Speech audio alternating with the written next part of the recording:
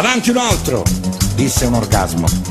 A 1.730.524 spermatozoi. È il 959 da quel giorno 17 di settembre, ore 15:21. Sto in mezzo a voi, poi in un registro, fummo 40, fra un 7 in italiano, 4 meno in geografia, 5 e mezzo in religione e così sia.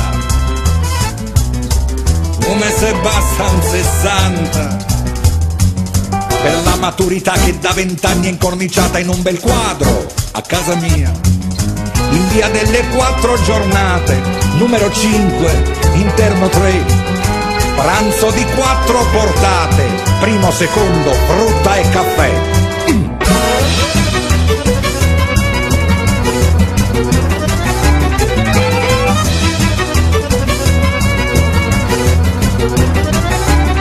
Settimo cielo del primo amore, 100 scale per salire un quarto piano con la rosa in una mano per 303 mattine, 1,80 m sul mio dolore, 100 gradi acqua bollente quando lei senza dir niente una sera mi spedì solo le spine, perché l'amore spesso si incanta del tipico modello di livello che ti frega con l'anello di karate almeno 3,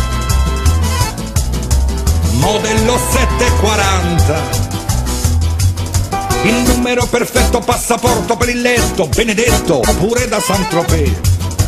Punta sui numeri all'8, 6 e 28, gioco da un po', ma da 20 anni che aspetto, la dea bendata mi dice no.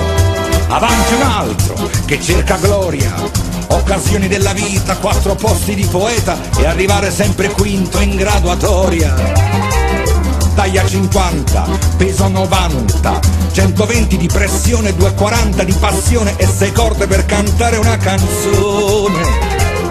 È in questa vita che si defila fra singoli accoppiati, prefissi stabiliti, statistiche, matricole e posti numerati, con la partita IVA, il 15% ed il colesterolo che sale a 400, termometri e misure delle temperature e chili di bilance per culi grossi e pance, numeri cardinali che arrivano alle vette e 7 religiose che sono più di 7, dal conto alla rovescia che a 0 finirà, è il numero perfetto della Santa Trinità. Cerco sul telefonino